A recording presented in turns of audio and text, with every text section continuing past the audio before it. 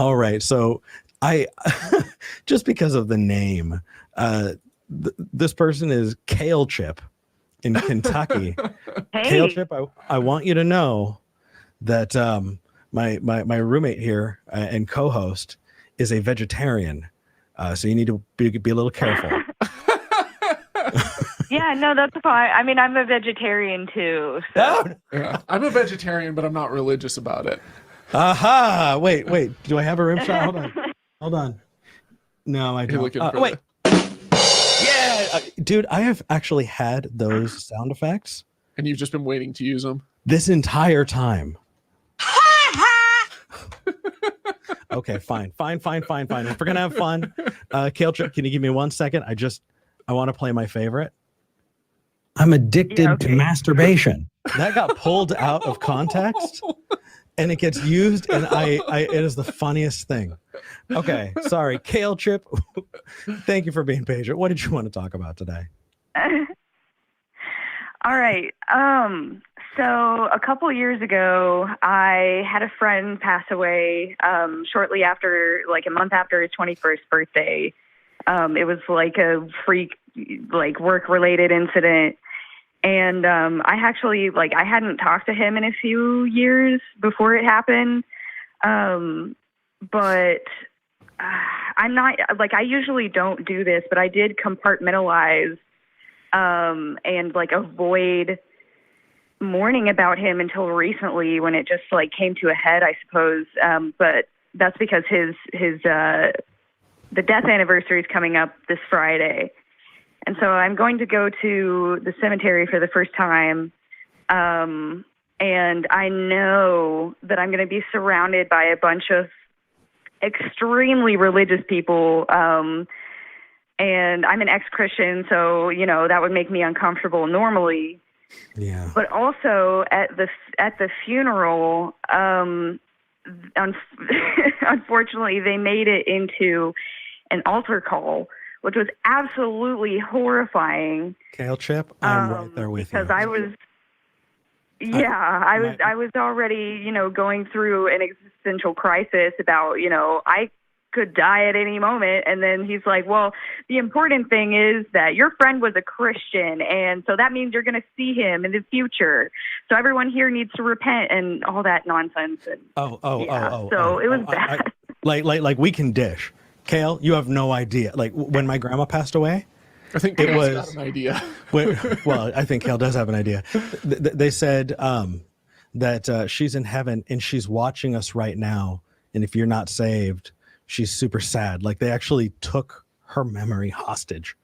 And it was like, if you ever want to see her again, you need to repent. Right. It was very similar. It was very similar to that. And it's like, as far as I know, he wasn't even there. He wasn't even that religious by the time he passed, but he has some close friends that basically believe they received prophetic word from the Christian God, and so I'm kind of afraid of them sprinkling all that all over, me finally getting to, actually mourn the death of this brilliant, amazing person. And it's just, I'm terrified. Can I offer a little catharsis here since we're dishing? Oh yeah, absolutely. So my grandma's funeral was about 2 years ago, and or just 2 or 3 years ago. And I wasn't in Texas at the time, so I guess 3 years ago. I drove down, and I'm sitting there through the service, and my dad asked me to film it. So I've got to stand front and center, filming the service. And he proceeds to give this hour-long sermon talking about how it's so wonderful that my grandma, even though she's no longer alive, that she's moved on to heaven and that we'll see her again, and how incredibly hopeful that makes him and stuff, and insinuating that it's incredibly hopeless without it. And it was just, the whole thing just felt like this. I don't think that it was meant deliberately to preach at me, but I was the only atheist in the crowd, or I was one of 2 atheists in the crowd. And basically the whole time I'm just kind of squirming uncomfortably, not because I think that there's hell, or not because I'm, uncomfortable by this, or not because I'm, it's obviously I'm sad that I lost my grandma, but it just, felt inappropriate. It felt like the wrong time to give a sermon. And I still got up and I still gave a story and talked about something, that I remembered that from, my grandma's life. But I didn't do it from a standpoint of, well, it's a good thing she lived her life to the fullest because this is the only life we've got. And, there's nothing happens when you die. Like, it's not the time or the place. So it's like, even though they were being shitty about it, even though, they didn't realize that they were, it still was an opportunity to go above and beyond and be the bigger person. And I think that you have that opportunity coming up with, you said that you're going to the grave of your friend, and you can still share wonderful, wonderful memories about this great person that make you laugh and cry and celebrate that you got to have that time with them, and say, this person was fantastic. They were great. Like, I cherish every single memory, and I'm so glad that I got to have those memories because life is short, but this person was wonderful. And here's the things I loved about them. And I think that you can do that in a context that is not religious, that's completely secular, without being, in your face about it or shoving it down their throats. Yeah. I would say gird your loins. You probably know it's going to happen. And if that's the case, kale chip. Can I say Casey? I can't say kale chip without laughing. I know but Casey? Yeah, that's fine. Okay. Casey, you have every right to establish boundaries and to say, here's what I'm comfortable with and here's what I'm not comfortable with. And if they choose not to accept or follow those boundaries, you owe them nothing. Because if they're not willing to respect it, you can make other friends who will. They don't deserve you, and that's just the long and short of it. Establish those boundaries. You have every right to say, hey, I'm here to mourn and grieve my way. I don't want you to proselytize to me. And if you try to, I'm going to need to separate from you enough so that I'm not getting that from you. You get to decide the relationship you want to have with me. And if you're deciding that your proselytization is more important than your friendship with me, then that's your decision to make. Put the ball in their court. Yeah. You don't have to sit there and take it like that. That's not okay. You have rights. You have boundaries. You have autonomy. You have your body, and you damn well have the right to curate the people in your life. And if they're shitty, you don't need to change them. Let them be shitty on their own. Yeah, I mean, I would say that I've been pretty good at that in general. But like, I'm less afraid of someone directly attacking, how I'm mourning or whatever. But like, I'm just more afraid of someone going off on a tangent about it. So like, not really directly at me, and then I would feel excluded in sharing those experiences with people, if that makes sense. Absolutely. You know what's funny is if you just say it like that, a lot of times they rein it in. In my experience of that, I've said, hey, I really want to share these things with you guys too, but I'm feeling really excluded here. If that's something you want to do, like, I guess the question is how much do you need to be there to listen to them do it? Yeah. Like, you don't okay. I guess I would just have a hard time balancing, like being, like openly listening to them. Maybe not. Maybe I'm just overthinking it. I'm a pretty good listener, but like, and you don't need to. Yeah, I wouldn't know how to respond to them. Do you feel like most of them? You're right. Do you feel like most of them love and respect you?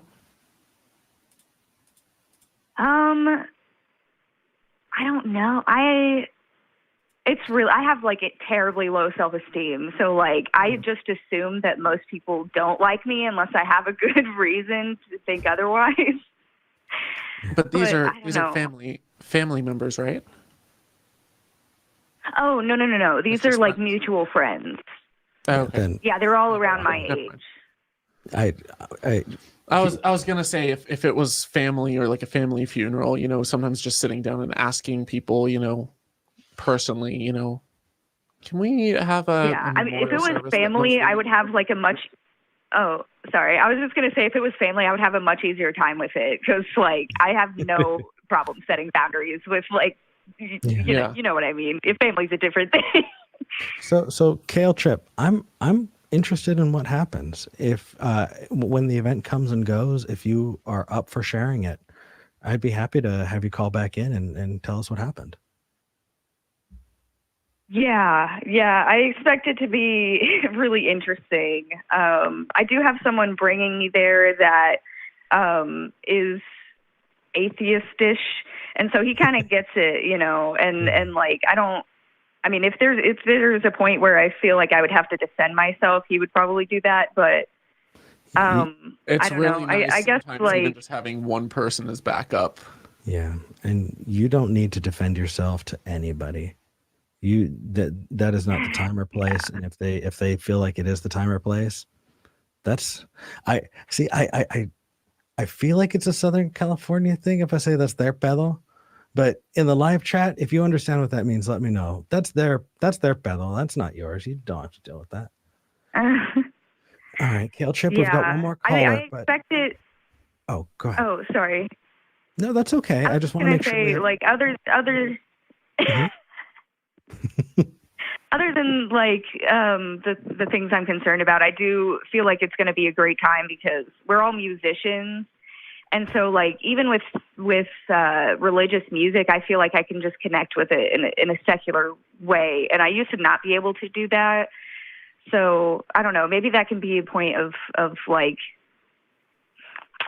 synergy. Yeah.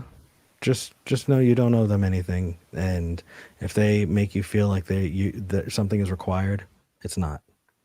But we want to make sure we have time to get to the last person. Kale Chip, be strong. At the very least, I would recommend that if it turns out to be a very difficult experience, seek people to talk to, either recovering from religion, they've got a call-in line, or even if you just go and you find like join a community group here through the atheist community of Austin and talk with people on Facebook, just share, it can be incredibly cathartic and helpful and therapeutic. Also, if you haven't heard of Shelley Siegel, Right. You need to listen to Shelley Siegel. God, it helps. Are you kidding? I've just started listening to her like crazy, like a month ago. Good, and good. like I know that she wrote this song for AXP and whatnot, but like, oh my God, I'm obsessed. It's like Lucy Dacus and that's our big sister show. That's our big sister show. We love it. And also Shelley's amazing. Shelley, and then when you want to move into Tim Minchin territory, that's fun too. But we got to go take the next call. It was good talking to you. Yeah. Thank you Take care. so much. I'm going to try and call back next week. Good.